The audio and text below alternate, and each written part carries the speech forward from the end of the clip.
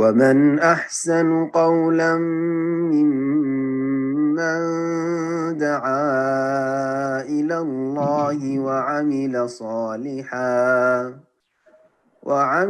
صالحا وقال إنني من المسلمين. জি sir, জি প্রশ্ন করুন। আসসালামু আলাইকুম শাইখ, আমি ঢাকা থেকে ওয়ালাইকুম বলতেছি। আসসালাম। জি বলেন। আচ্ছা, আমি প্রশ্নটা হচ্ছে নামাজের ক্ষেত্রে হচ্ছে ফরজ বাদ দিয়ে যে আমরা জোহরের আগে 4 রাকাত বা জুমার পরে যে 4 রাকাত, এগুলো কি দুই বাই দুই আকারে পড়া যাবে নাকি একবারে 4 রাকাত পড়া যাবে? আমি হাদিসে পড়ছি নফল নামাজ হচ্ছে দুই দুই করে পড়ার জন্য বলা হয়েছিল। এটাই সহিহ হাদিস, নবী করিম সাল্লাল্লাহু আলাইহি ওয়াসাল্লাম হাদিস, সালাতুল লাইলি ওয়ান নাহারে মাসনা মাসনা, রাত দিনের যে সুন্নত সালাত গুলি রয়েছে বা নফল সালাত রয়েছে সবগুলি মাসনা মাসনা দুই দুই করে পড়তে হবে। দুই দুই পড়াই হচ্ছে সুন্নাত উত্তম। শুধুমাত্র জোহরের আগের 4 রাকাত সম্পর্কে একটি হাদিস রয়েছে যে আরবা রাকাত লাইসা ফিহিন্না তাসলিম, যাতে সালাম নেই, এইরকম করে পড়া কথা রয়েছে। কিন্তু হাদিসটি একদল গবেষক ওলামারা মুহাদ্দিসরা জয়ীফ বলেছেন। সুতরাং যখন এটি জয়ীফ হয়ে গেল আর আমাদের সামনে সহিহ হাদিস হয়েছে যে দিনের নামাজ হচ্ছে দুই দুই করে, সেই জন্য জোহরের আগের 4 রাকাত দুই দুই করে সালাম ফিরবেন। এই জন্য আরব দেশে আরবরা 4 রাকাত এক সালাম জানেই না, বুঝছেন। আর হাদিসটি জয়ীফ যেহেতু, যদি এই হাদিসটি ইকবাল গিলানি পাকিস্তানের একজন আহলেদিস আলেম, কিন্তু আলেম নয়, সে লেখক, কিন্তু সে ইঞ্জিনিয়ার একজন, সে হাদিসটি নিয়ে এসছে আর সহিহ কিছু লিখে না নামাজের মাসাইল, তাতে এই হাদিসটি নিয়ে আসার কারণে অনেক আহলেদিসরা এইভাবে এটাকে মনে করে বা সহিহ আকীদে চলে এসছে আমল করে ওই 4 পড়তে থাকে, কিন্তু হাদিসটি কিন্তু জয়ীফ বলা হয়েছে। সুতরাং 4 না পড়ে দুই দুই করে পড়বেন। হ্যাঁ, কেউ যদি 4 পড়ে নাই তো নাজায়েজ বলবো না, কিন্তু সেটি সহিহ সুন্নাহ নয়। আল্লাহ তাআলা আলাম। এইরকমই জুমার পরে 4 পড়বেন দুই দুই করে। জি, আমরা পড়ি দুই দুই করে পড়ি। বারাকাল্লাহু ফিক। আমিন।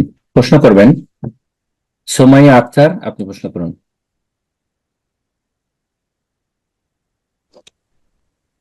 আসসালামু আলাইকুম ওয়া রাহমাতুল্লাহি ওয়া বারাকাতুহু। সম্মানিত শাইখ, আসসালামু আলাইকুম ওয়া রাহমাতুল্লাহি ওয়া বারাকাতুহু। আমি সিলেটের শ্রীমঙ্গল থেকে বলছি। জি বলেন। এখন সামনে তো রমজান মাস আসছে, এখন থেকেই তো রমজানের প্রস্তুতি নেওয়াটা জরুরি, কিন্তু অনেক মহিলাদের আছে যে রমজানে ডেলিভারি হবে, তখন তো তারা নেফাস অবস্থায় থাকবে, তো তারা কিভাবে প্রস্তুতিটা নিবে আর তারা কি কি আমল করবে এই রমজানে? সিয়াম, রোজা ছাড়া যেসব মহিলাদের ধরেন রমজান মাসে হয়তো বাচ্চা ভূমিষ্ঠ হয়ে গেল, নেফাসে থাকলো, তো প্রায় ওতে গোটা মাসটাই চলে গেল, অথবা মাসিক অবস্থায় হয়তো 1 সপ্তাহ বা 10 দিন 15 দিনও থাকতে পারে, তো তাদের ক্ষেত্রে প্রস্তুতিটা বা আমল কেমন হবে? সিয়াম, রোজা ছাড়া সমস্ত আমল করতে পারে, রোজা ছাড়া আর সালাত ছাড়া, রোজা আর নামাজ তারাবি এগুলি ছাড়া সমস্ত আমল করতে পারবে, জিকির আজকার করতে পারবে, দান সাদকা করতে পারবে, আর দোয়া করতে পারবে, সবই করতে পারবে, তসবিহ তাহলিল ইত্যাদি। কোরআন তেলাওয়াত মুখস্থ করতে পারবে কিনা বড় ইখতিলাফের বিষয়, কিন্তু কোরআনের বিশেষ করে হাফেজা ভুলে যাওয়ার আশঙ্কা আছে, অথবা শিক্ষিকা অথবা ছাত্রী, তাদের ক্ষেত্রে ওলামারা বলেছেন যে তারা পড়বে, কোরআন সরাসরি স্পর্শ করবেন না, হাতে আবরণ রাখবে, হাতে হাত মোজা রাখবে, অথবা হাতে স্পর্শ করবে না, কোরআন এখানে মুসাফ মোবাইল থেকে পড়বে, আর সেই কোরআন অক্ষরগুলি স্পর্শ করবে না। আল্লাহ তাআলা আলাম। যদি অধিকাংশ ওলামারা বলছেন যে মাসিক অবস্থায় কোরআন তেলাওয়াত করবে না, কিন্তু যারা অন্য আরেকটি মত পোষণ করেছেন তাদের দলিল বেশি শক্তিশালী। শাইখ ইবনে বাজ রাহিমাহুল্লাহ এই মতটিকে প্রাধান্য দিয়েছেন, যেটা আমি বলে থাকি যে কোরআন পড়তে পারবে, জি কোরআন পড়তে পারবে, কিন্তু মুখস্থ, কোরআন স্পর্শ করে না সরাসরি। জি, এরপর যা প্রশ্ন করবেন মাসুদ আলম, আপনি প্রশ্ন করুন। আসসালামু আলাইকুম স্যার। ওয়ালাইকুম আসসালাম ওয়া রাহমাতুল্লাহি ওয়া বারাকাতুহু। জি স্যার বলছিলাম কি, আমি যে ফ্যাক্টরিতে কাজ করি কলকাতা থেকে বলছি আমি। হুম এখানে আজান দেওয়া যাবে কি যাবে না, মানে একা একা সবাই সালাত আদায় করে হুম। এবং সালাত কেউ একসঙ্গে জামাত আদায় করতে চায় না। আশেপাশে মসজিদ নাই? মসজিদ এখান থেকে 3 কিলোমিটার দূর।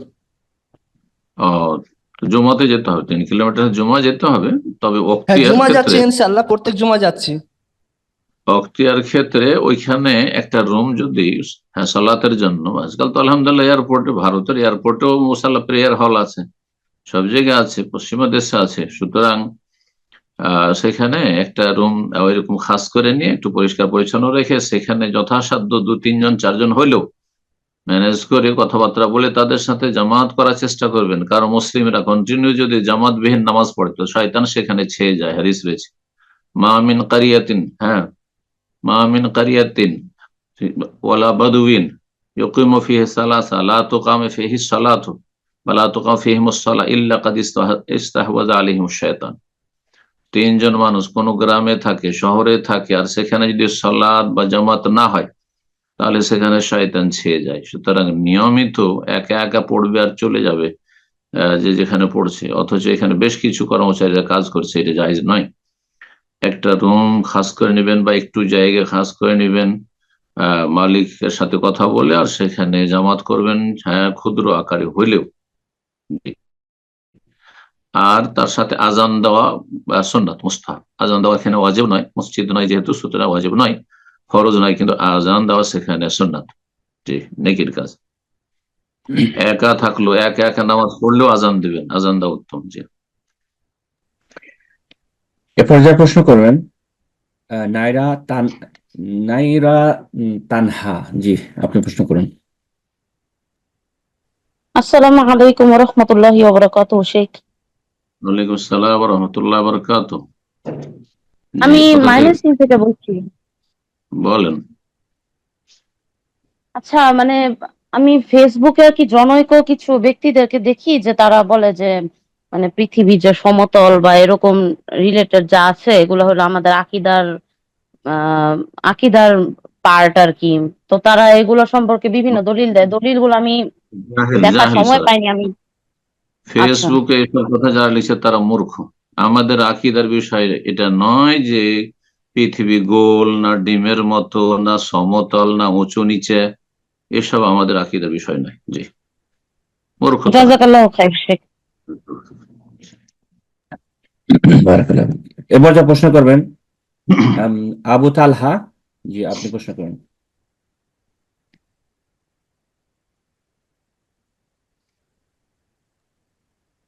আসসালামু আলাইকুম শেখ, আমি ঢাকা থেকে বলছি। কেমন আছেন? আলহামদুলিল্লাহ, বলেন।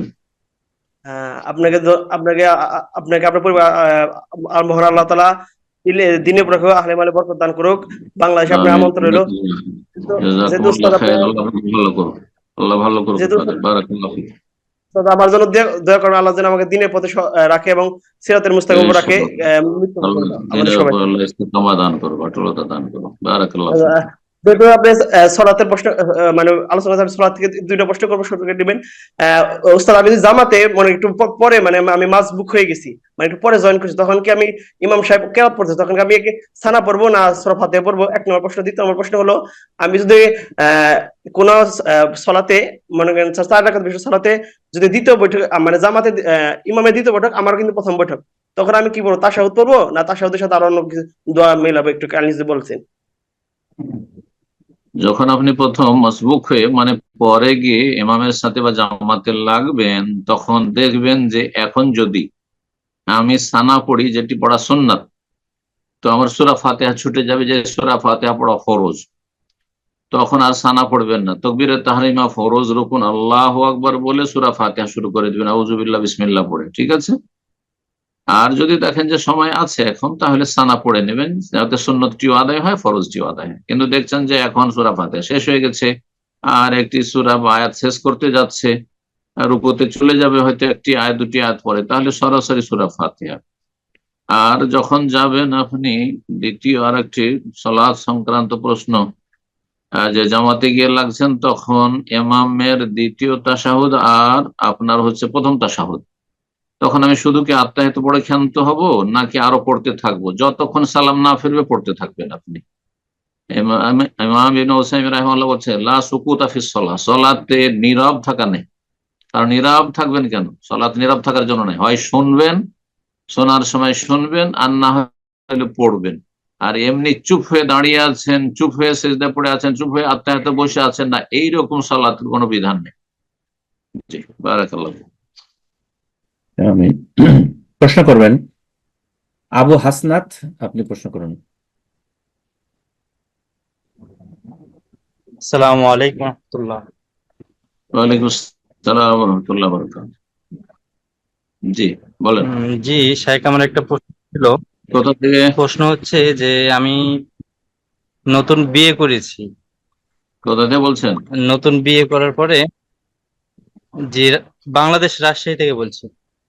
আচ্ছা আচ্ছা, বলেন। আমাদের নতুন বিবাহ হয়েছে।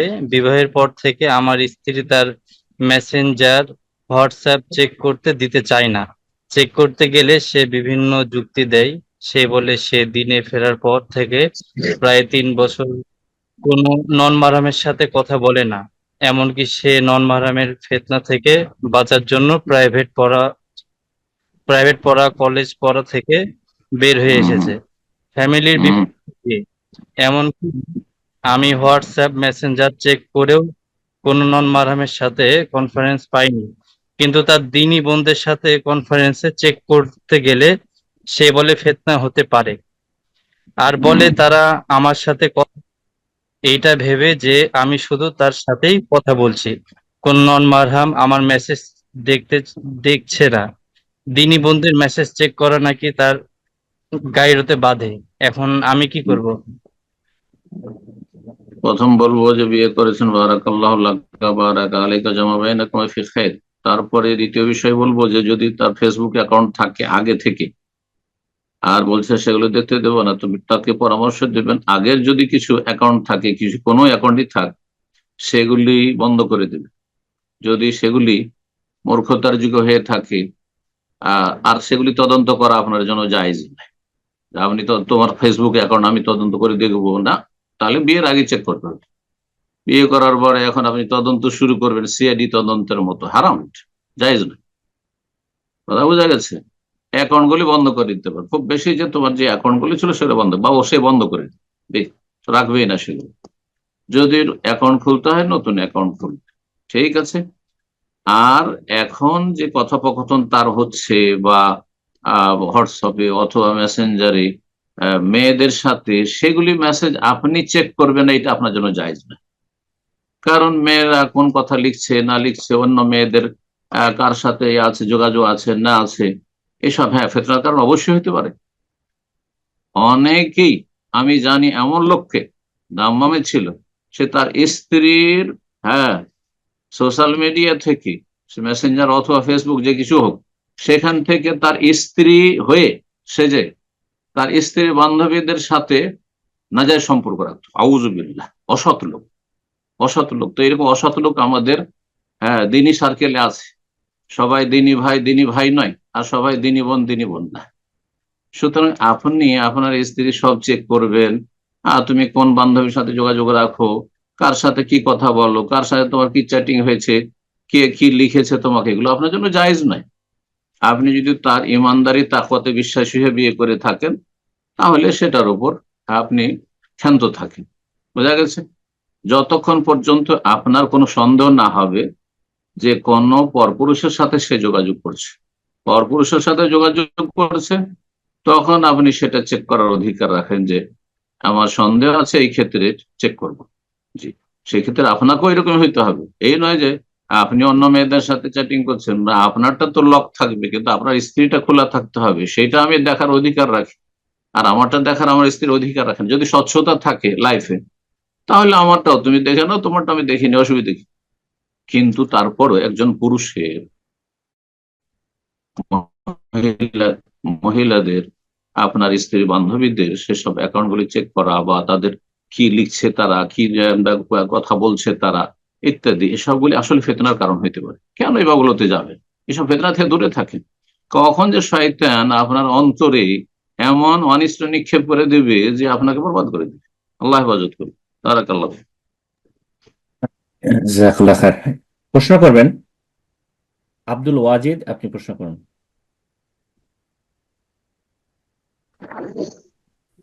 আসসালামু আলাইকুম ওয়া রাহমাতুল্লাহি ওয়া বারাকাতুহু। ওয়ালাইকুম আসসালাম ওয়া রাহমাতুল্লাহি ওয়া বারাকাতুহু। জি, পশ্চিমবঙ্গের বীরভূম থেকে বলছিলাম। বলেন। যে আমার প্রশ্ন হলো যে ওয়ালিমাতে কোন ধরনের আত্মীয়দের আমন্ত্রণ করা জায়েজ না? ওয়ালিমাতে সবাইকে জায়েজ, শুধু আত্মীয়কে ডাকবেন কেন? হ্যাঁ, অনাত্মীয় যে কোনো মুসলিমকে ওয়ালিমা খাওয়াইতে পারেন, পাড়া প্রতিবেশী আত্মীয় হোক অনাত্মীয় হোক, জায়েজ আছে, কোনো অসুবিধা নেই। এমনকি অমুসলিমও যদি থাকে আর কেউ যদি ডাকে, সেটা তাদের সাথে মিত্রতার খাতিরে না যে দোস্তি বাড়াবো সেই জন্য, বরং তারা প্রতিবেশী হিসাবে তাদেরকে খাওয়াবো, তো জায়েজ আছে, নিয়ত নির্ভর করছে। কিন্তু তাদের গোলামি করে খাওয়াবো, হ্যাঁ, আর তাদের কাছে আমি ছোট হয়ে খাওয়াবো, এটা জায়েজ নয়। কাফেরের বিজাতির গোলামি জায়েজ নয়, কিন্তু তাদের সাথে সদাচরণ জায়েজ রয়েছে। কথা বোঝা গেছে? যতটা সদাচরণের আমরা করতে পারি, কিন্তু ধর্মের ক্ষেত্রে দিনের ক্ষেত্রে কোনো ডিসকাউন্ট দিয়ে না। তো আসল কমপক্ষে আপনি যে কোনো মুসলিমকে ডাকতে পারেন, আর নিকট আত্মীয় যারা বা আত্মীয় তাদের হক বেশি, আত্মীয়দের হক বেশি, প্রতিবেশীর হক বেশি, আর আত্মীয়দের মধ্যে যারা মুত্তাকি পরেজগার তাদের হক বেশি। হ্যাঁ, যারা আপনাকে হয়তো বিভিন্ন নাজায়েজ কাজে বাধ্য করতে পারে, তা নাজায়েজ কাজে লিপ্ত হইতে পারে, তাদেরকে ডাকবেন না। অনেক আত্মীয় আছে অসৎ, হ্যাঁ, বেদিন, তারা আপনার বউকে দেখতে চায়, না দেখালে অসন্তুষ্ট হবে, জানি। অনেক দুলাভাই আছে, ভগ্নিপতি আছে, ওরা মনে করে যে আমার শালার স্ত্রীকে আমার দেখা এটা আমার অধিকার, হ্যাঁ, আমার শালিকে দেখা আমার অধিকার, আমি শ্বশুর বাড়ি যাওয়া শালির সাথে গল্প করা আমার অধিকার। এসব অসৎ লোক, এসব অসৎ লোকের অ্যাভয়েড করে চলবেন।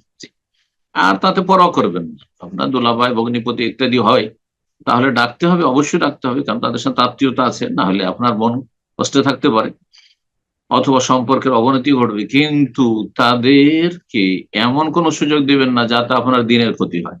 বারাকাল্লাহু ফিক। আমিন। প্রশ্ন করবেন নূপুর, আপনি প্রশ্ন করুন। আসসালামু আলাইকুম। ওয়ালাইকুম আসসালাম ওয়া রাহমাতুল্লাহি ওয়া বারাকাতুহু। জি, আমি বাংলাদেশ থেকে বলছি। বলেন। জি শেখ, আমার প্রশ্ন হচ্ছে যে দুইটা দোয়া আমি কি 5 ওয়াক্ত ফরজ সালাতের পরে পড়তে পারবো কিনা, এবং পড়তে পারলে কতবার করে? দোয়া দুইটা হচ্ছে, একটা হচ্ছে সুবহানাল্লাহি ওয়া বিহামদিহি আদাদা খালকিহি ওয়া রিদওয়া নাফসি ওয়া জিনাতা আরশি ওয়া মিদাদা কালিমাতি, আর আরেকটা হচ্ছে আল্লাহুম্মা ইন্নী আসআলুকাল হুদা ওয়াত তুকা ওয়াল আফাফা ওয়াল গিনা। এই দোয়াগুলি হাদিসে আছে, পড়তে পারবেন, কিন্তু সুন্নতি যে দোয়া জিকির রয়েছে, সালাম ফেরার পরে যে সব সুন্নতি জিকির আজকার রয়েছে, সেগুলি পড়ার পরে পড়তে পারবেন। সংখ্যা নির্ধারণ করতে পারবেন না, অনির্দিষ্ট করে পড়তে পারবেন। প্রতিদিন আমি 30 বার করে পড়বো, 33 বার পড়বো, প্রতিদিন 100 বার করে পড়বো, এটা বেদাত হয়ে যাবে, ঠিক আছে? কিন্তু অনির্দিষ্ট আপনি পড়ে যান, অনির্দিষ্ট পড়ে যান, কোনো অসুবিধা নেই, যতবার ইচ্ছা ততবারই পড়ে। বারাকাল্লাহ। কিন্তু সুন্নতি দোয়াগুলি পড়ে, এখন কেউ আল্লাহ আনতাসামিন কাসসালাম তাবারাক যাল জালাল ওয়াল ইকরাম জানে না, হ্যাঁ, তারপর অন্যান্য যে দোয়া আজকার গুলি রয়েছে, সুবহানাল্লাহ 33 বার, আলহামদুলিল্লাহ 33 বার, আল্লাহু আকবার 33 বার 34 বার, এগুলো পড়েন না। আর সুবহানাল্লাহ ওয়া বিহামদিহি আদাদা খালকিহি ওয়া রিদওয়া নাফসিহি শুধু পড়বেন না, বলবো যে এটা অতিরিক্ত, এটা পরে আগে যেগুলো সুন্নতি আজকার জিকির আজকার সেগুলি পড়বেন। জি, বারাকাল্লাহু ফিক। আমিন। প্রশ্ন করবেন খায়রুল ইসলাম, আপনি প্রশ্ন করুন। আসসালামু আলাইকুম ওয়া রাহমাতুল্লাহ। ওয়ালাইকুম আসসালাম ওয়া রাহমাতুল্লাহি ওয়া বারাকাতুহু। আলহামদুলিল্লাহ বলেছে। আল্লাহ আমার থেকে প্রশ্নটা হলো, বলেন।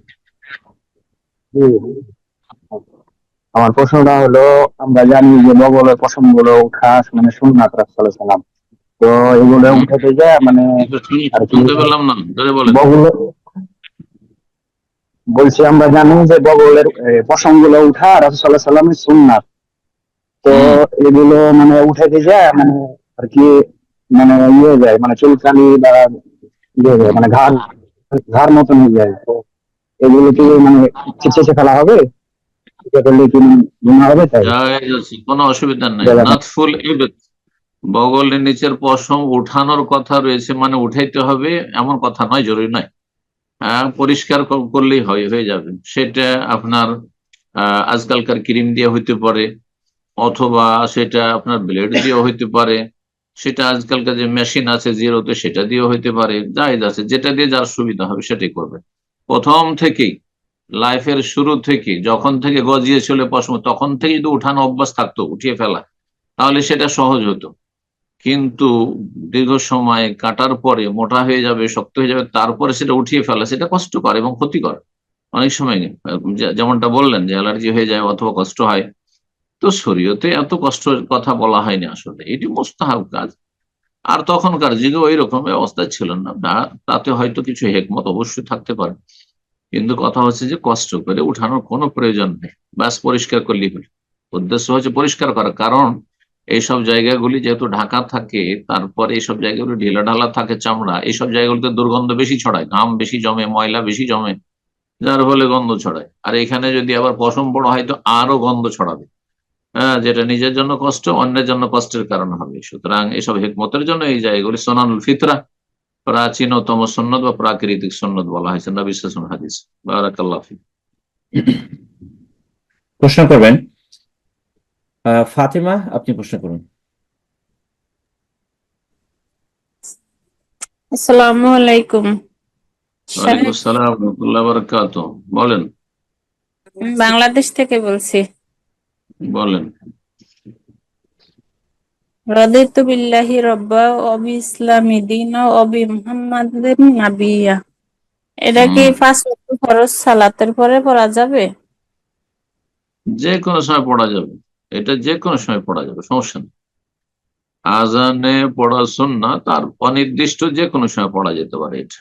জি, বারাকাল্লাহ। সেজদাতেও পড়তে পারেন, কোনো অসুবিধা। এরপর যা প্রশ্ন করবেন তাইবা, আপনি প্রশ্ন করুন।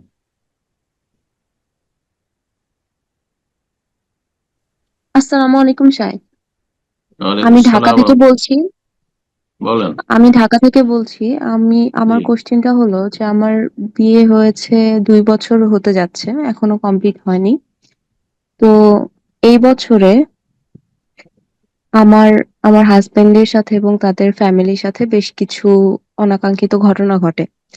বলে রাখা ভালো, আমার ননদ, তার হাজবেন্ড, বাচ্চা কাচ্চা সহ আমাদের সাথে থাকে। আর্নিং মেম্বার আমার হাজবেন্ড একা। তার বিজনেসে তার বোনের বেশ কিছু ইনভেস্টমেন্ট আছে এবং এটা দিয়েই আমাদের ফ্যামিলি চলে। আমার শ্বশুর শাশুড়ি এখানে মাঝে মধ্যে বেড়াতে আসে, বেশিরভাগ সময় গ্রামে থাকে। তো একটা পর্যায়ে আমি দেখেছি যে আমার হাজবেন্ডের ওপর তার মা এবং বোনের বেশ প্রভাব আছে, এবং তার বোন বেশিরভাগ সময় আমাদের দুজনের মধ্যে কথা বলে। এটা আমি ডিরেক্ট ওকে বলি নাই, কিন্তু ঘরে আমি ওকে বোঝানোর চেষ্টা করেছি এবং এক পর্যায়ে গিয়ে আমি বলি যে চলো আমরা আলাদা বাসা নেই।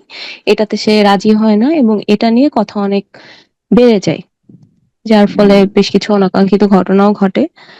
এখন আমরা যদিও একসাথে আছি, কিন্তু তারপরেও মানে ওর কিছু আচরণে আমার এখন ওর সাথে অত বেশি অ্যাটাচমেন্ট ফিল হয় না। এই ক্ষেত্রে আমি কি করতে পারি? এবং আরেকটা জিনিস হলো যে সে একজন নাস্তিক বলা যায়। সে নিজেকে ধর্মনিরপেক্ষ একজন মানুষ হিসেবে দাবি করে, কিন্তু সে আসলে একজন নাস্তিক। তো এক্ষেত্রে আমি কি করতে পারি? আমার স্টেপ কি হওয়া উচিত? এবং আরেকটা জিনিস হলো যে মানে ইসলামের দৃষ্টিতে একটা হাজবেন্ড ওয়াইফ এর মধ্যে যে রিলেশনশিপটা কি করে? শেষটা শুনতে পেলাম না। জি, আপনার আপনার ফোনটা মিউট হয়ে গেছে, তাইবা আপনি ফোনটা আনমিউট করে নিন, আপনি লাস্টের কথাটুকু শেষ শুনেননি। তাইবা আপনার ফোনটা আনমিউট করে নিন। হ্যালো, জি, সেটা মনে সম্ভবত হয় ওনাই আসতে মিউট হয়ে পারছেন গেছেন। নাকি? জি, ব্যস্ত হতে পারেন। হ্যাঁ, জি যেটুকু শুনেছি ওটুকু বলি, বাকিটা তো জি, শুনলাম না। জাজাকাল্লাহ। আগে যে অংশটুকু বলেছিল যে তার স্বামী, এই বোনের স্বামী একটু বোনের কথায় চলে, বাবা মায়ের কথা চলে, সেদিকে ঝুঁকে থাকে, এগুলো ঠিক আছে, এগুলোর ক্ষেত্রে ধৈর্য ধরতে উপদেশ দেব। কিন্তু শেষখানে যে বললেন যে সে নাস্তিক, আর সে ধর্ম মানে না, সে কাফের মুরতাদ, তার সাথে 1 মিনিট সংসার করা যায় না। কাফের মুরতাদের সাথে কোন মুসলিম নারীর 1 সেকেন্ডের জন্য থাকা যায় না, হারাম, কাবিরা গুনাহ, তার সাথে জাহান্নামে যেতে হবে। আল্লাহ হেদায়েত দান করুন। ওয়ালান ইয়াজআল আল্লাহু লিল কাফিরিনা আল মুমিনিনা সাবিল, কোন কাফেরকে আল্লাহ কোন মুমিন নারীর ওপর কোন কর্তৃত্ব দান করেনি যে তার অধীনে বসবাস করবে, তার অধীনে থাকবে, জি না, মোটেই না। তার বিবাহ বন্ধনে থাকবে, মোটেই জায়েজ না। সুতরাং তার আপনার ফরজ এরকম নাস্তিক স্বামীর থেকে মুক্তি লাভ করা। বাকি দুনিয়ার যেসব অবিচার হচ্ছে সেগুলির ক্ষেত্রে বৃহৎ স্বার্থে যদি আপনি ধৈর্য ধারণ করে থাকতেন, উপদেশ দিতাম থাকার জন্য। আর যদি না ধৈর্য ধরে থাকতে পারেন, আমি ধৈর্য ধরে থাকতেও পারছি না, তার সাথে আমি অসৎ আচরণ করছি, তার সাথে আমি একটু দূরত্ব বহাল রেখে চলছি, বা তার সাথে সংস্পর্শে নেই, একই সংসারে আছি, এইভাবে থাকা ঠিক নয়। সেই ক্ষেত্রে পরামর্শ দেবো, যদি তার সাথে ভালো আচরণের সাথে ইমসাকুন বে মারুফ, পুরুষকে যদি বলা হয়েছে ভালোভাবে না থাকতে পারেন, তাহলে তাসরিহুন বে ইহসান, সদাচরণের সাথে সেখান থেকে কেটে পড়েন, দূরে সরে যান। তো আপনার জন্য খোলার রাস্তা খোলা আছে, খোলা তলাকের রাস্তা খোলা আছে। আর মুরতাদের সাথে 1 মিনিটের জন্য থাকা যায় না। সুতরাং আপনাকে বলবো, যদি সত্যি সে নাস্তিক হয়, যে সে আল্লাহ পরকালে সব বিশ্বাসী নয়, জান্নাত জাহান্নামে বিশ্বাসী নয়, দ্বীন ইসলামে বিশ্বাসী নয়, রাসূলে বিশ্বাসী নয়, কোরআনে বিশ্বাসী নয়, তাহলে সে কাফের মুরতাদ, এতে কোনো সন্দেহ নাই, তার সাথে সংসার করা মোটেই জায়েজ নয়। আল্লাহু তাআলা জি। জাযাকাল্লাহ খায়ের শেখ। শেখ, এক্ষেত্রে আমার একটা প্রশ্ন হলো যে এখানে যদি এরকমটাই হয়, তাহলে কি বোনকে সে যদি নাস্তিক হয় তাকে কি এখানে খোলার বিধানটা আসবে, না এটা অটোমেটিক তালাক হয়ে গেল, কোনটা হবে? এটা এটা জানতে চাচ্ছিলাম একটু। তার সাথে খোলার কোনো প্রয়োজন নেই। যে নাস্তিক হয়ে গেছে তার সাথে বিবাহ বন্ধন থাকেই না, তার কাছ থেকে চলে আসবে, জি। আর 1 মাসিক ইদ্যত পার হয়ে যাবে, মানে হয়ে যাবে, মানে ইস্তেবরায়ে রাহিম, যেটা যে তার পেটে আর বাচ্চা নেই, ব্যাস যথেষ্ট, জি। অন্য জায়গায় বিবাহ বসতে পারবে। জাযাকাল্লাহ খায়ের। এ পর্যায়ে প্রশ্ন করবেন এমডি রোমান ইসলাম। জি, আপনি প্রশ্ন করুন, এমডি রোমান ইসলাম। আসসালামু আলাইকুম শেখ। ওয়ালাইকুম আসসালাম ওয়া রাহমাতুল্লাহি ওয়া বারাকাতুহু। শেখ, বাংলাদেশ থেকে বলতেছি। জি বলেন। আমার বাবা মা পেশা হিসেবে আমাকে কৃষি কাজ করতে বলতেছে, আর আমার পছন্দ হচ্ছে ব্যবসা করার। এখন এই ক্ষেত্রে আমি মানে কি কি করতে পারি? মানে আমার বাবা মা মানে পেশা আপনার হিসেবে কাজ কি? আমার কৃষি পছন্দ কাজ করতে ব্যবসা করা। বলছে? জি জি, আমার পছন্দ ব্যবসা করা। ব্যবসা করা। এখন আমি কি করতে পারি? মানে কোন কাজের জন্য বাবা মা বাধ্য করবে যে তোমাকে এটাই পেশা করতে হবে, না, এটা জায়েজ নয়। একমাত্র দাওয়া ইলাল্লাহ। যদি বাবা মা বলে যে না, দিনের দাওয়াতের কাজ করতে হবে, তোমাকে আলেম হয়ে দিনের দাওয়াত কাজ করতে হবে, বা মাদ্রাসা পড়েছো, তোমাকে তোমাকে দিনের দাওয়াতি কাজ করতে হবে, তাহলে সেই ক্ষেত্রে যেহেতু সবচেয়ে ভালো কাজের কথা বলছেন, আম্বিয়া রাসূলগণের পেশা, তখন সেটার জন্য আপনাকে বলবো যে হ্যাঁ, সেটাই করুন। তাতে দুনিয়া আখিরাত কল্যাণ রয়েছে, আর বাবা মায়ের আনুগত্য রয়েছে। আর এই ক্ষেত্রে বাবা মার চাপিয়ে দেওয়া যে না, তোমাকে কৃষি কাজই করতে হবে, অথচ আপনার কৃষি কাজ করতে ভালো লাগে না, আপনি ব্যবসাতে ইন্টারেস্টেড, এটা মোটে আপনার বাবা মার জন্য জায়েজ হবে না। পরামর্শ দিতে পারে যে কৃষি কাজ করলে আমার সংসারটা, কৃষি কাজ করে আজকাল কেউ সুখে নেই। বড় বড় জমিওয়ালারা আমাদের এলাকার, আমাদের আত্মীয়, যথেষ্ট তাদের জমি জায়গা ছিল, তাদের সাথে তাদের ছেলেদের সাথে লেখাপড়া করেছি, তারা এখনো সেই চাষি হয়ে আছে। কিন্তু আমরা আলহামদুলিল্লাহ লেখাপড়া যারা করেছি তারা এগিয়ে গেছি আলহামদুলিল্লাহ দিন দুনিয়ার ক্ষেত্রে। সুতরাং এই যুগটা হচ্ছে লেখাপড়ার যুগ, এই যুগটা কৃষি কাজের যুগ নয়। জি, কৃষি কাজ যাদের কোনো উপায় নেই তারা করছে, বা যারা করছে, কিন্তু আসল মুসলিম জাতিকে শিক্ষার ক্ষেত্রে এগিয়ে যেতে হবে, দিন দুনিয়ার শিক্ষার ক্ষেত্রে মুসলিম জাতি এগিয়ে যেতে হবে। আল্লাহ তৌফিক দান করে। আর তার সাথে ব্যবসা বাণিজ্য, হালাল ব্যবসা বাণিজ্য হলে ভালো। আপনার যেটা পছন্দের সেটা করেন, বাপ মাকে একটু বুঝিয়ে নেন। জি। এরপর যা প্রশ্ন করবেন নাজমুল হক, আপনি প্রশ্ন করুন। আসসালামু আলাইকুম সাহেব। ওয়ালাইকুম আসসালাম ওয়া রাহমাতুল্লাহ গাজীপুর। জি। আমি একটা বিষয় জানতে চাচ্ছিলাম, এই বিষয়টা আমাকে মানসিক ভাবে একটু বলেন। ও মানে যে একটু করছে একটা কোথা থেকে বলছেন? গাজীপুর, ঢাকা। কি প্রশ্ন, কি বলেন? মানে একটা বিষয় নিয়ে আমার মায়ের সাথে একটু মিথ্যার আশ্রয় নিতে হচ্ছে আমাকে। কি বিষয়? তো যদি একটু সময় দেন তো আমি 1 মিনিট একটু বলতাম আর কি। কি বিষয়? বিষয় না বললে জি জি, বিষয়টা এরকম যে স্যার, যদি স্বার্থ হয় তাহলে যাই যাচ্ছে, তাতে মায়ের যেন একটু ক্ষতি না হয়। জি শেখ, মনে হয় নেটে একটু সমস্যা হচ্ছে শেখ আপনার। তো ভাই বলতে চাচ্ছেন আর কি ওনার বিষয়টা। বলেন, তো জি, আপনার আপনি প্রশ্নটা কন্টিনিউ বলেন। করুন। জি জি জি তো জাযাকাল্লাহ খায়ের। আমি বিয়ের আগে আমি 2টা নিয়ত করছিলাম যে একটা নগদ মোহরে বিয়ে চেষ্টা করব। তোমার আলহামদুলিল্লাহ মোহরে বিয়ে করেছি, অল্প মোহর দিয়েই অবশ্যই। আর হলো যে শ্বশুরের বাড়ি থেকে কোনো কিছু নিব না, যেগুলো দেয় আর কি, মানে কোনো কিছু ফার্নিচার কিংবা যে কোনো জিনিস দেওয়ার বিষয়টা রেওয়াজ আর কি। খুব ভালো কথা, খুব ভালো কথা।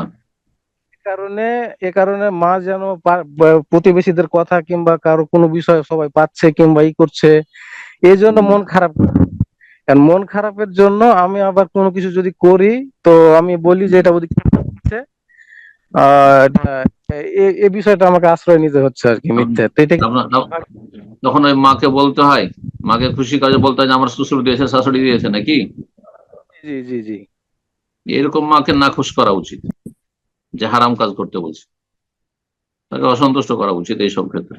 মিথ্যা না বলে স্পষ্ট ইসলামের কথাটি বলবেন যে আমার শ্বশুর কাছ থেকে নেওয়া হারাম ওই রকমই যেমন তোমার জামাই যদি তোমার কাছ থেকে নেয় সেটা হারাম।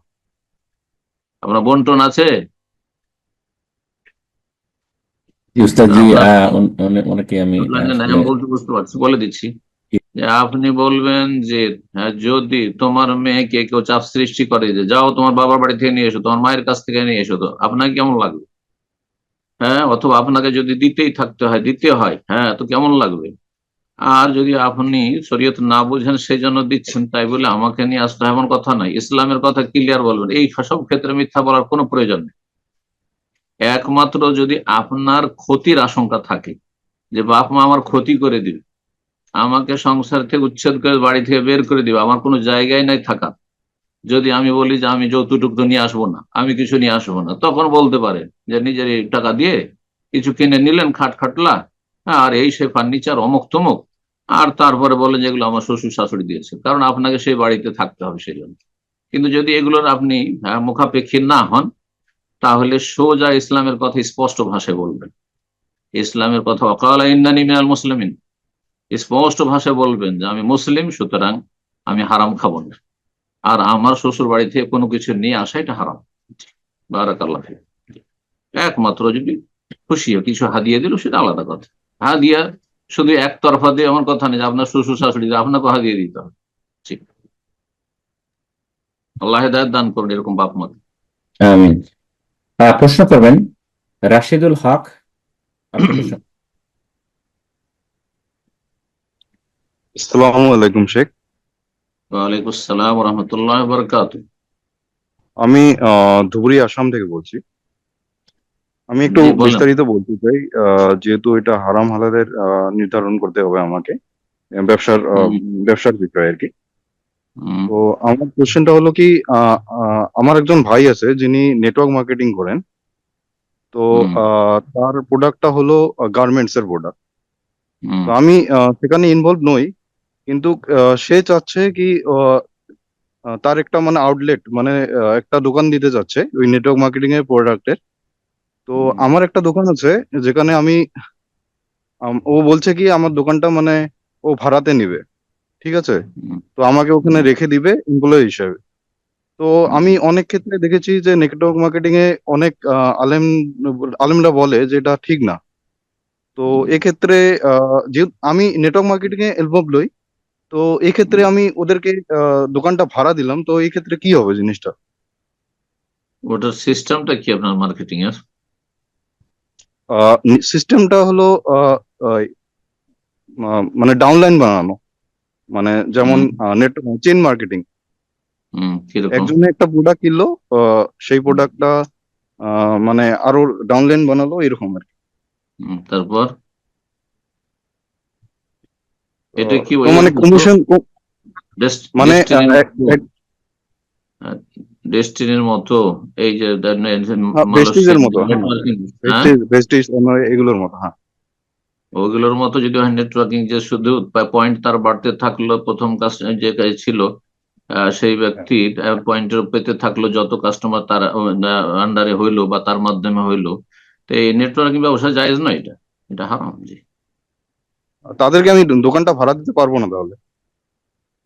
যদি জানেন যে হারাম কাজ করবে তাহলে কেন ভাড়া দিবেন? তাহলে কি ব্যাংকে দেওয়া যাবে? শুধু ব্যাংকে ভাড়া দেওয়া যাবে না? জায়েজ নয়। জাযাকাল্লাহ খায়ের। এ পর্যায়ে প্রশ্ন করবেন এসকে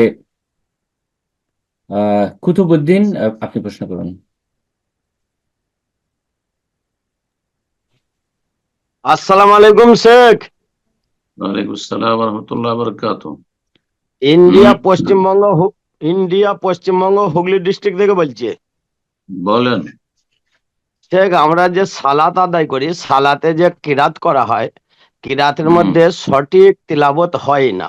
একটা সালাফি আলেমের মুখে শোনা আছে, যদি ইচ্ছাকৃত নয় কোনো রকমের যেমন তেমন করে কোরআন পাক তিলাবত করলেই হবে, যদি সঠিক সহি উচ্চারণ না হয় তাহলে সালাত কবুল হবে?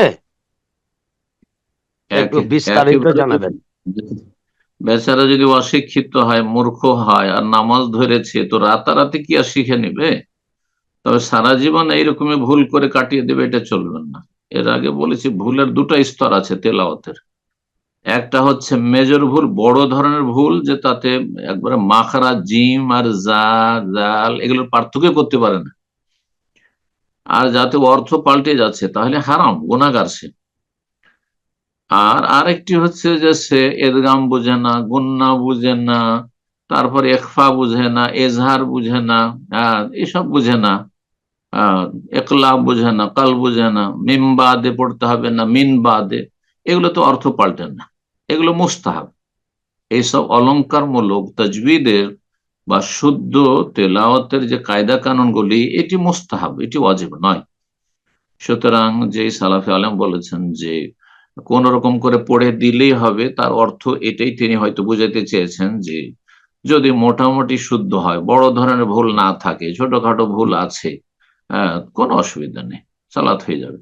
তারপরে একটা লোক হয়তো সে শিক্ষার পরিবেশ পায়নি, বাপ মা অশিক্ষিত ছিল, বাপ মা শিখায়নি, আর তারপরে নামাজ ধরেছে, আর প্রথম দিন থেকে কি করে, সে তো বড় বড় ভুলও থাকতে পারে। সূরা ফাতিহা মুখস্থই নেই, আর তার নামাজের টাইম হয়েছে, নামাজ পড়তে হবে না, সালাত পড়তে হবে না? অবশ্যই পড়তে হবে। যার সূরা ফাতিহা মুখস্থ হয়নি, মুসলিম গত সপ্তাহে একজন ইসলাম গ্রহণ করলো, তো কি সাথে সাথে আজানের সাথে, মাগরিবের আজানের সাথে সে ইসলাম গ্রহণ করলো, সাথে সাথে নিয়ে গেল, তাকে বললাম যে তুমি বলবে সুবহানাল্লাহ, আলহামদুলিল্লাহ, আল্লাহু আকবার, এই যে শুধু নামাজ পড়বে, হ্যাঁ সুবহানাল্লাহ, আলহামদুলিল্লাহ, আল্লাহু আকবার শুধু পড়তেই থাকবে, অতি তার নামাজ হয়ে যাবে, সালাত হয়ে যাবে ইনশাআল্লাহ।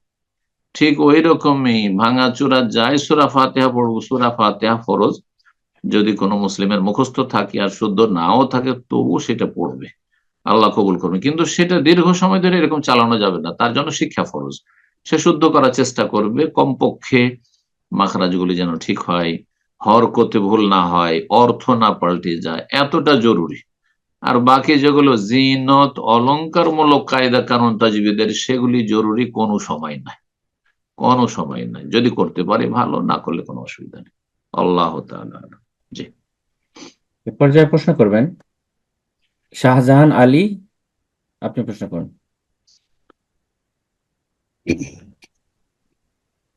আসসালামু আলাইকুম রহমতুল্লাহ। ওয়ালাইকুম আসসালাম ওয়া রাহমাতুল্লাহি ওয়া বারাকাতুহু। জি শেখ, আমি ইন্ডিয়া আসাম থেকে বলছিলাম।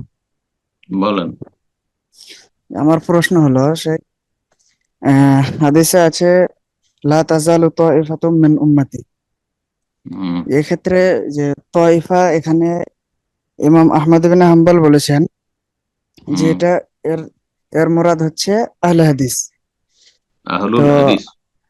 জি, আমার প্রশ্ন হলো যে আহলুল হাদিস এটা কি কোনো দল? আর যদি দল হয় তাহলে আমাদের ভাই অনেকে আছে যারা সালাত পরিত্যাগ করে, অর্থাৎ ইসলামের কত বিধি বিধানের প্রতি আমল করে না, তো তারাও কি এই ক্ষেত্রে ও কি আর আহলে হাদিস আহলুল হয়? হাদিস হিসেবে গণ্য হবে?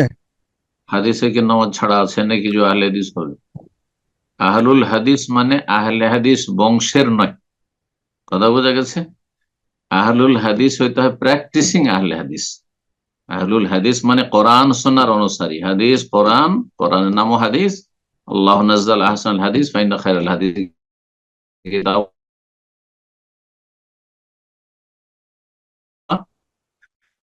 আর নবী সাল্লাল্লাহু আলাইহি সুন্নাহ হাদিস। সুতরাং তো ফরজ আদায় করে আর আখলাক চরিত্র লেনদেন রুজি রিজিক হচ্ছে আহলে হাদিস, সে হচ্ছে পারফেক্ট আহলে হাদিস। তো এই লা তাযালু তায়ফাতু মিন উম্মতি, আমার উম্মতের সংখ্যা লঘু হলেও সারা পৃথিবীতে ছড়িয়ে থাকবে একটি দল, জাহিরিন আলাল হক, হকের উপর তারা বিজয়ী থাকবে, মানসুরিন সাহায্যপ্রাপ্ত থাকবে, তারা হচ্ছে তায়েফায়ে মনসুরা, তারা হচ্ছে ফিরকায়ে নাজিয়া, তারাই 72 দল 73 দলের ওই একটি দল জান্নাতি আর 72 দল জাহান্নামী, স্থায়ী অথবা অস্থায়ী, দুই রকমই।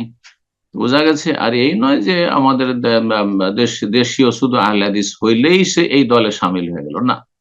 আহলে হাদিস হইতে হবে আকীদা, মানহাজে, আবার ইখওয়ানি, জামাতি, তবলিগি, আবার আহলে হাদিস বংশের বেশ তবলিগি আছে, আহলে হাদিস বংশের জামাতি, মওদুদি আর ইখওয়ানি আছে, আহলে হাদিস বংশের জঙ্গি আছে, তো তারা তো ধরে আহলে হাদিস।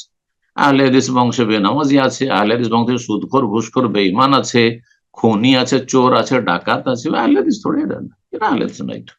কথা বোঝা গেছে? প্রথম আকীদা মানহাজ আহলে হাদিস হইতে হবে, তারপর অন্যান্য গুলিতে। এবার বোঝা গেছে?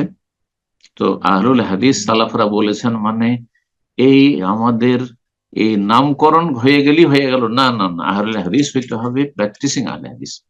হ্যাঁ, আবার বলছি আকীদায়, ইবাদত বন্দেগীতে, আখলাক চরিত্রে, মুআমালাতে যে আহলে হাদিস সে হচ্ছে আহলে হাদিস। হ্যাঁ, এই পথে চলতে গিয়ে কেউ হয়তো খরগোশের মতো, কেউ কচ্ছপের মতো কোরআন সুন্নাহর পথেই চলার চেষ্টা করছে, কিন্তু আশা করি আমার উদাহরণটি বুঝতে পেরেছেন যে কেউ খরগোশের মতো, অর্থাৎ অগ্রণী ভূমিকা আছে, মাশাআল্লাহ, আকীদাও একেবারে মানহাজও সুন্দর, আর তার ইবাদত বন্দেগী তো বেশ সুন্দর, আখলাক চরিত্র আর রুজি রিজিকও সুন্দর। আর কিছু আছে গাফিলতি আছে, বিভিন্ন পাপ আছে, কিন্তু একেবারে নয় যে বিভ্রান্ত বেনামাজি। বেনামাজি কিসের আহলে হাদিস? রমজান মাসে রোজা রাখেন, কিসের আহলে হাদিস? আর তারপরে ও বেদাতি দলের সমর্থক, হ্যাঁ, সে কিসের আহলে হাদিস? জঙ্গি আবার আহলে হাদিস নাকি? অসম্ভব কথা। হ্যাঁ, খারিজি কোনোদিন আহলে হাদিস হয়? চরমপন্থী আহলে হাদিস। আহলুল হাদিস মানে আহলুল ওয়াসাত, জি, হ্যাঁ, মধ্যমপন্থী, জি, যারা নাস্তিকদের দলেও নয় আর জঙ্গিদের দলেও নাই। জি, আল্লাহ হেফাজত করুন, বুঝার তৌফিক দান করুন। আমিন। প্রশ্ন করবেন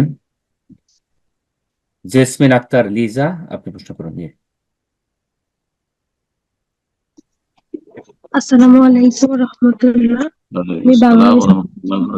জি, আমার প্রশ্নটা হচ্ছে যে আমাকে এক জায়গায় হচ্ছে একটা সিভি দিতে হবে, তো একজন মুসলিম হিসেবে তো সেখানে একটা প্রশ্ন আছে যে আপনি কোন মাযহাব অনুসরণ করেন। তো সেখানে 5টা অপশন আছে। প্রথম অপশনটা হচ্ছে আহলে হাদিস বা সালাফি, দ্বিতীয়টা হচ্ছে হানাফি, শাফিঈ, মালিকি, হাম্বলি। এই 5টা অপশন আছে, যে কোনো একটা অপশন সিলেক্ট করতে হবে, নিজের মতো করে লেখার সুযোগ নেই আর কি।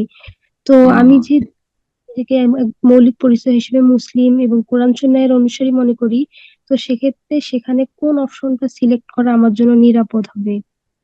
আর মানে যে কোনো একটা অপশন সিলেক্ট করব, পরবর্তীতে যদি আমাকে জিজ্ঞেস করা হয় যে এটা কেন করেছি এবং অন্যগুলো কেন করিনি, এর কারণটা একটু জানাবেন আমাকে। এই ক্ষেত্রে বলবো আহলুল হাদিস পরিচয় দিবে। যদি অতিরিক্ত পরিচয়ের প্রয়োজন হয় তো আহলুল হাদিস, আমি কোরআন সুন্নাহর অনুসারী, কারণ যারা কোরআন সুন্নাহর অনুসরণ করে তারা হানাফি মাযহাবও মানে, শাফিও মানে, মালিকি মানে, হাম্বলিও মানে, 4টার সমন্বয়ে তারা দ্বীন ইসলাম মানে। আর যারা এই 4টার একটা মানে, তারা এক অংশ মানে, বাকিটা ছেড়ে দেয়। বোঝা গেছে না? আর তারা শর্ত সাপেক্ষ কোরআন হাদিস মানে, যে আমাদের মযহাবে যদি মযহাবের ওলামারা নিয়ে থাকে, ওই হাদিস মোতাবেক আমল করে থাকে, তাহলে আমরা নেব, না হলে নেব না। তো এটি একটি বিভ্রান্তি। আর আহলুল হাদিসরা বলে যে আগে কোরআন হাদিস, আর কোরআন হাদিস মোতাবেক আমি মযহাব মানি। কোরআন হাদিসের সাথে যদি আবু হানিফার কথা মেলে যায়, আহলান ও সাহলান, খুব ভালো কথা, আমি সেই ক্ষেত্রে হানাফি।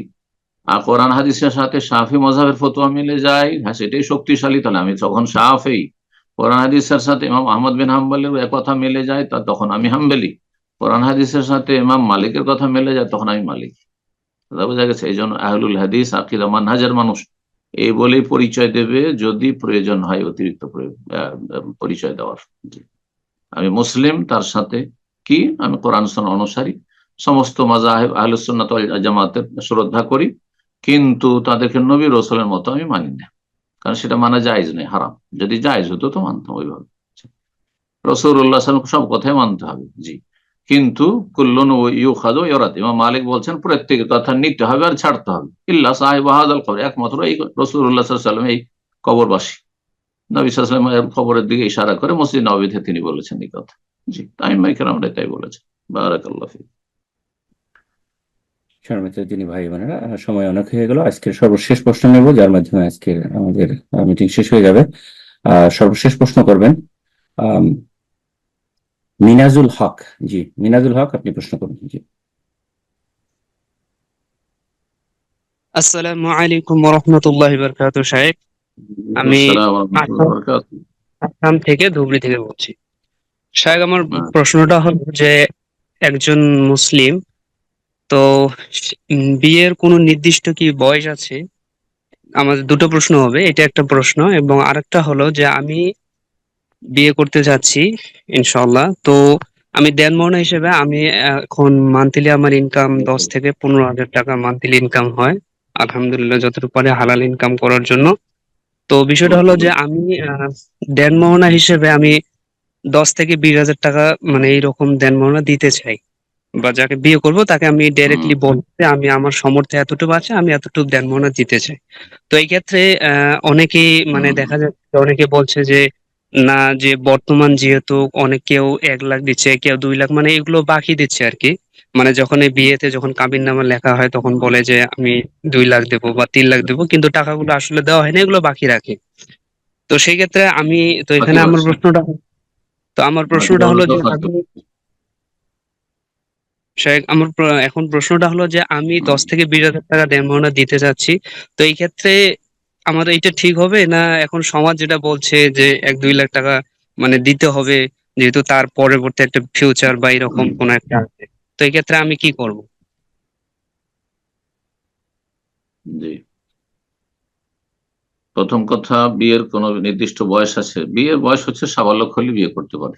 কেউ যদি সাবালক হয়ে যায় আর তার সাথে মানিস্তাতা মিনকুমুল বাত, মোহর দিয়ে ভরণ পোষণ চালাতে পারে, বিয়ে করে নিয়ে এসে তার খরচ খরচা ভরণ পোষণ চালায়, বাসা দিতে পারবে, হ্যাঁ, থাকার মতো, আর তাকে খাওয়া দাওয়া আর বস্ত্র দিতে পারবে, হ্যাঁ, নাফাকা কিসওয়া এগুলো দিতে পারবে, তাহলে বিয়ে করতে পারে, বিয়ে করতে পারে। এখনকার যুগটি লেখাপড়ার যুগ, সুতরাং লেখাপড়া শেষ করে পড়াশোনা করা ভালো, সেটা ভিন্ন বিষয়। কিন্তু কেউ যদি মনে করে যে আমি লেখাপড়া চালিয়ে যেতে পারবো, আমি রোজগার করে আমি চালাতে পারবো, অথবা আমার বাবার সম্পদ আছে, অথবা কারো বাবা দিয়ে দিল আর তার ভরণ পোষণের দায়িত্ব নিলে তুমি যতদিন লেখাপড়া করবে, অথবা শ্বশুর নিজে দায়িত্ব নিলে যতদিন লেখাপড়া করবে, অসুবিধা নেই, জায়েজ আছে। সাবালক, শারীরিক শক্তি আছে আর ভরণ পোষণ দেওয়ার মতো ক্ষমতা আছে, তো বিয়ে করার বয়স হয়ে গেছে। আর সর্বশেষ বিয়ে করার মানে শেষ বয়স বলে কিছু নেই, মরার আগ পর্যন্ত বিয়ে করতে পারে। কেউ যদি বিয়ে দেয়, বুড়ো মানুষ 80-90 বছর বয়সে বিয়ে করতে যায়, আর কেউ যদি বিয়ে দেয় বিয়ে করতে বসে, জায়েজ আছে। বাকি কথা হলো মোহর নগদ দেওয়াই হচ্ছে সুন্নাত। নবী সাল্লাল্লাহু আলাইহি ওয়াসাল্লাম সাহাবায়ে কেরাম সবসময় নগদই দিয়েছেন। ফুকাহাদের মত হচ্ছে যে জায়েজ আছে, যেহেতু মোহরটি একটি যেহেতু আর্থিক হক, আর আর্থিক হকের ক্ষেত্রে কোনো কেনাকাটার ক্ষেত্রে আপনি নগদ ক্যাশ দিয়েও কিনতে পারেন, আবার ধারেও কিনতে পারেন, ঠিক তেমনি ওই রকমই আকদে ব্যবসার যেমন আকদ হয়, ঠিক তেমনি আকদে নিকাহ, সুতরাং জায়েজ আছে।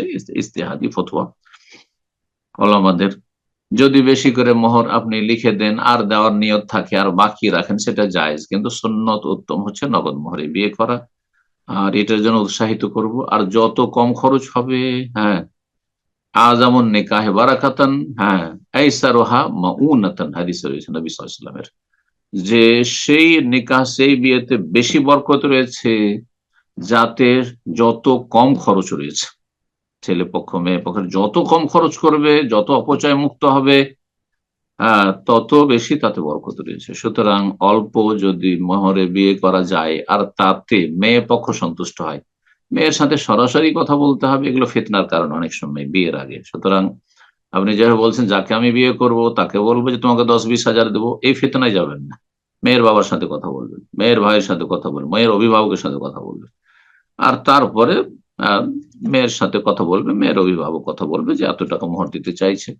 তাতে যদি মেয়ে পক্ষ রাজি থাকে, মেয়ে রাজি, মেয়ের বাবা রাজি, তাহলে অসুবিধা নেই। কেনা বেচার মতো একটা মোবাইল কারো কাছে আছে, বিক্রি করতে চাইছে, সে 50,000 টাকা চাইছে, আপনার ইন্ডিয়ান টাকা বা বাংলাদেশি টাকা, আপনি বলছেন আমি 30,000 দেবো। ভাই দিতে পারলে দাও, না হয় না দাও, তার পোষাইলে দেবে। ঠিক ওই রকমই আপনি 20,000 টাকা মোহর দিতে চাইবেন, আর তারপরে তাতে যদি তারা রাজি হয় তাহলে কোনো অসুবিধা নেই। 10,000 টাকা দিতে চান তাতেও জায়েজ আছে, 5,000 দিতে চান জায়েজ আছে। আর সামাজিকতা আজকাল 2 লাখ হয়, 5 লাখ হয়, সেজন্য আমাকে 2 লাখ 5 লাখ করতে হবে, এগুলো মূর্খদের কথা, এগুলো কোরআন হাদিসের কথা নয়। কথা বোঝা গেছে? আল মুসলিমুন আলা শুরুতিহিম, যে শর্ত হবে পুরা করতে হবে। শর্ত যদি করেন বিয়ের সময় যে আমি 5 লাখ দেবো, তাহলে 5 লাখই দিতে হবে, সেটা ধারে হোক আর নগদে হোক। আর যদি প্রথমে কথা হয় যে আমি 10,000 দিতে পারবো, আপনি ইচ্ছা হলে আমাকে মেয়ে দেন আর না হয় না দেন, বিয়ে দেন আর না হয় না দেন, জায়েজ আছে, কোনো অসুবিধা নেই। আল্লাহ তাআলা আ'লাম। বারাকাল্লাহু ফিক। আমি জাযাকাল্লাহ খাইর শেখ, আজকে এখানে শেষ করা যাক ইনশাআল্লাহ। জাযাকুমুল্লাহ খাইর। জি, বারাকাল্লাহু ফিক। জি, আল্লাহ রাব্বুল আলামিনের কাছে দোয়া করি যে সব ভাই বোনেরা আমাদের সাথে থাকলেন, বিশেষ করে তাদের জন্য, আর যারা আমাদের এই আলোচনা পরিচালনায় রয়েছেন, আল্লাহ সবাইকে দিন দুনিয়ার সার্বিক কল্যাণ দান করুন।